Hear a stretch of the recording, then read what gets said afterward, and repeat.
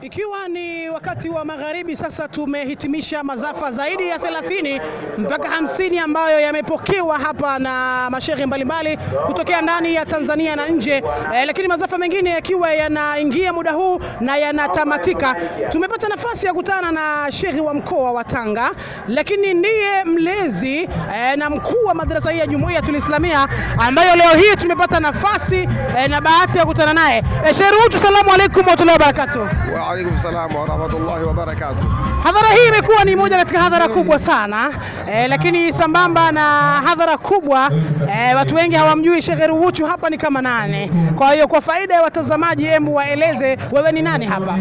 Hapa mimi ndiyo mwalimu mkuu wa madrasa hii ya Jumuiya na ndio shekhe wa hii madrasa, nikisaidiwa na wanafunzi wangu ambao ni mahiri walionirithi na mimi nimewarithisha mikoba. Kwa kuwa mimi ni shekhe wa mkoa, basi majukumu yote wameyachukua wao kwa sababu ya kuendesha kituo chetu hiki.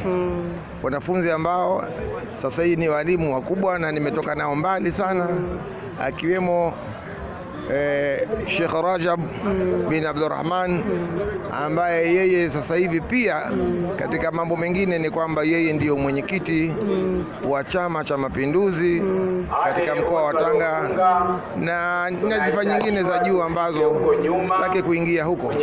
Na hadhara hii imekuwa kila mwaka ina mabadiliko makubwa, tukilinganisha 2025 na mwaka huu 2026 imeonekana kuwa tofauti. Ni ipi siri hasa inayofanya hadhara hii ikafanikiwa kukusanya watu wengi zaidi? Siri kubwa na kwamba Mwenyezi Mungu anatuwafikisha yale ambayo mara kwa mara tunayawaza kwa kuwa ni mambo ya kheri, lakini haswa juhudi wanazozifanya wale ambao kwamba ni warithi wangu, akiwemo Maalim Rajab ndiyo mrithi wangu, akiwemo Maalim Zubairi ambaye ni mudhiri, wakishirikiana pamoja mazao yao wao, kwa kuwa ni wenye nia nzuri ya jambo hili, basi pamekuwa kwa kiasi kikubwa sana, kwa sababu wao wamejitolea kwa hali na mali kuhakikisha wanaiongoza dini kwa mujibu wa taratibu zake. Mgeni rasmi wa hadhara hii ni makamu wa pili wa rais Zanzibar.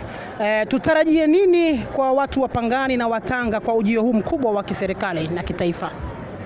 Kwanza hii kuja kwake makamu wa rais wa jamhuri, makamu wa rais kutoka Zanzibar, kuja kwake ni hamasisho katika sisi kwamba tufanye zaidi ya hivi tulivyofanya, kwa sababu kuja kwake ni mmoja katika kutunga mkono katika juhudi tunazofanya katika kuendeleza mambo ya dini. Kwa hiyo nasi tunamwombea kheri, pamoja na kuombea kheri serikali yote ya Jamhuri ya Muungano wa Tanzania, tunaombea kheri, lakini kwa ujumla wake ni kwamba faraja kubwa tunapata katika serikali.